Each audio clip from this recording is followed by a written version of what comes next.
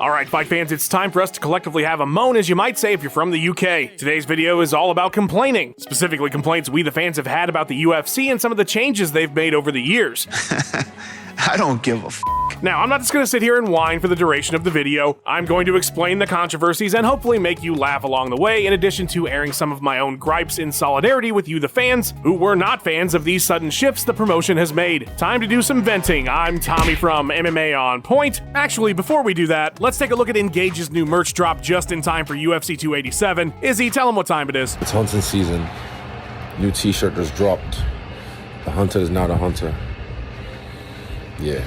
Say less, just watch. Cop that tea. Now.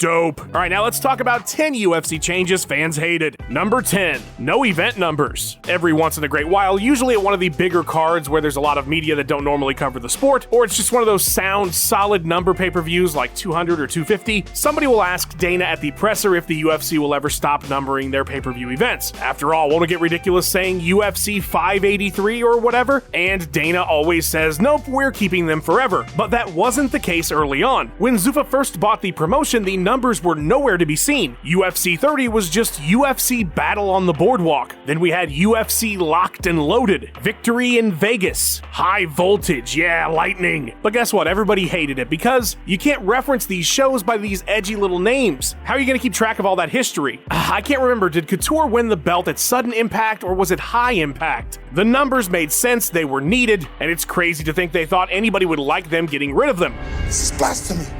This is madness! By UFC 40, they came to their senses and started adding the numbers back to the posters and promotional materials. By UFC 100, they mostly quit with the subtitles. Can you imagine if they kept this shit up, though? There's been over 600 events. They would absolutely have run out of cool phrases to name these things. ChatGPT, come up with a completely original UFC event subtitle.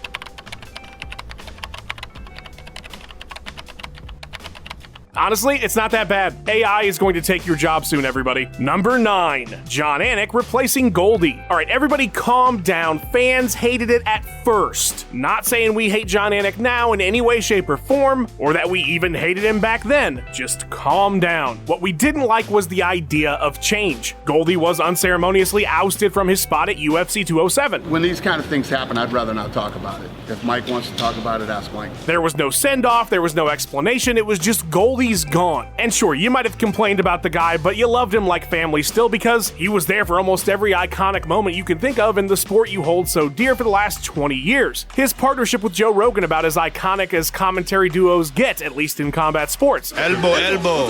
Speaking of Portuguese, that's Japanese, brother. And so Jon Anik had some huge shoes to fill. Sure, we already knew him from his commentary with Kenny Florian on Fight Nights, and we all knew that he was good, but it was different, and we didn't like change. It's a testament to just how awesome Jon Anik is that he was so quickly able to win everybody over after such a sour exchange, and he's now one of the more beloved broadcasters in the whole sport. But that initial reaction to suddenly seeing somebody else with Joe Rogan on the biggest shows of the year was not a positive one to say the least, and certainly warranted a spot on this list. Number 8, Wednesday night fights. Hey, how would you like to spend 7 to 8 hours of your Saturday 3 times a month on Apex cards? Sound fun? Sound like a great time? I bet you love never ever having a chance to do anything on a Saturday whatsoever for the absolute smallest of shows because, like all of us at MMA On Point, you have an unhealthy relationship with the sport and you can't stop yourself from watching every single weekend. Well, guess what, young ones? That wasn't always the case. Back in the old days, fight night cards were oftentimes on a Wednesday, sometimes a Tuesday, sometimes a Friday, but usually midweek, and usually paired with Tough, which is something that everybody used to watch. So you'd get an episode in, you'd watch Fight Night, usually just the main card was available in the early days on Spike TV, and then you went on with your week. Or they doubled up on the week, so Fight Night Wednesday, pay-per-view Saturday, and then you had a few weeks to chill. It was perfect. Sure, Thursday at work was tough after the midweek cards, but you had a whole weekend to be a real person with real people. Then around 2014, the UFC said, fuck that, we own your weekends forever and you're never getting them back. And so those of us who showed up before Conor and Ronda and TikTok, we long for the days when the fight nights were fewer and airing midweek. Number 7, EA UFC replacing Undisputed. I found a YouTube video called 21 Things UFC Undisputed 3 Did Better, in all caps. It has over 1 million views, and if that doesn't tell you how people feel still to this very day about the shift from THQ to EA games, then I don't know what could represent it better. And while the hatred for this change is nowhere near as strong as it was initially when the first EA UFC dropped in 2014, part of that feeling today is the nostalgia of playing those Undisputed titles so many years ago. There's no doubt that it's still a sore spot for many fans, even though I personally think the EA games are pretty great too. But you have to remember, in the context, Undisputed 3 was peak form for THQ and that title in 2012. It was the third iteration, it was about as polished as it could be, and of course it had so many cool features, like Pride Mode, and the presentation was just fantastic. The gameplay was so much more refined. Then 2 years later, we get this bare bones, buggy ass mess of an EA UFC. So of course, fans were going to be upset. Honestly, I didn't help the matter with my glitch videos. Jones with a capoeira kick, and Gustafsson responds with a merry-go-round. But there was a lot of work to be done, and to the credit of that team, they really did work their asses off to make that series what it is now. But I can absolutely understand going from the best version of Undisputed to the weakest of EA UFC, and thinking, man, do I hate giant corporations and their half-assed products. Number 6. Dropping the Face the Pain intro. Time to end this suffering.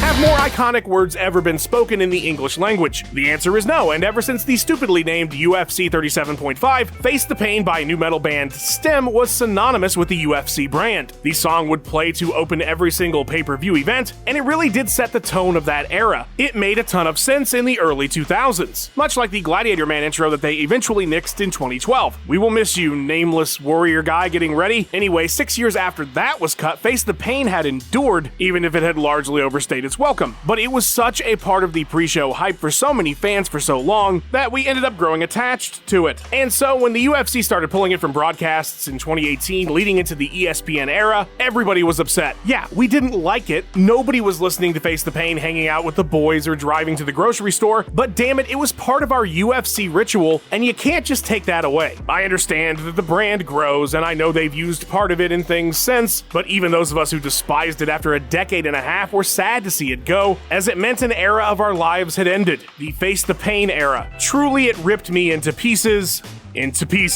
Number 5. No more tournaments. I mean, who doesn't love a tournament? The reason March Madness is so popular is because it's a big-ass tournament. The NFL, NBA, NHL playoffs, they're little tournaments. Mortal Kombat is a tournament in name, not in actual practice, but we still love it because they call it one. And in MMA, it was one of the very first concepts about the sport that intrigued so many of us. One night, a single tournament, a single winner, the best fighter of all the fighting styles. We were gonna find out right then. What a genius idea. And even since those iconic first UFC shows, there's been the incredible Pride Grand Prix. Hell, the belts didn't even matter in that promotion. It was all about those giant-ass tournament trophies. Scott Coker knows what's up. He's always trying to recreate that magic in his promotions. And yeah, fans miss it. We hate that they're gone. We know that it can't be like the old days where it's one night and everybody fights multiple times. Although Invicta has been doing it successfully with their Phoenix series, just saying. But if we can't have that, do it Coker style. Let's have some GPs. Let's get some big-ass UFC trophies. They're always making up interim titles to bolster pay-per-views, bring back tournaments, and you won't need that because the stakes are built right into the thing. Fans have always loved them all the way back to Vale Tudo Japan, and we would welcome them back with open arms. Number 4. Pay-per-view price hikes. Kind of a no-brainer. Who wants to pay more money, right? In June of 2021, I made a joke about the UFC raising the pay-per-view price to $70, using a modified line from the movie Rush Hour, "Aren't I hilarious? Ha ha ha ha ha." Just a little bit later that year, I revisited the tweet because they'd now hiked them up to $75. And then just this year in January, I came back to that tweet talking about how depressing this all is because the price is now $80. I would not be shocked if by International Fight Week this year it's $85. I have no idea what's going on. I guess it's because everybody's stealing them, which, by the way, I just want you all to know that I am one of those guys that actually does buy all of these, and I resent you all very deeply for forcing me to pay such ridiculous prices. You are without doubt the worst pirate I've ever heard of. I'm just joking. Not about me paying or my resentment, but about the reason for the price increases. It's probably just because they want more money. The occasional increase does make sense. I mean, in time, things are more expensive, right? So fans aren't going to be upset about those usually, although we're never happy to have to pay more. But the rapid spike to these costs as of late has just been the worst thing ever, and every single time I have to pay, I still can't believe the price. It will continue to go up, and we will continue to hate it. The only reason this entry isn't higher is because so many of you are pirates that it's not affecting you anyway. Number 3. Regular Apex events. Did you think that the Apex was just just going to be one of those pandy provisions the UFC did for a while, and now that things are changing, they'll abandon it? Nope.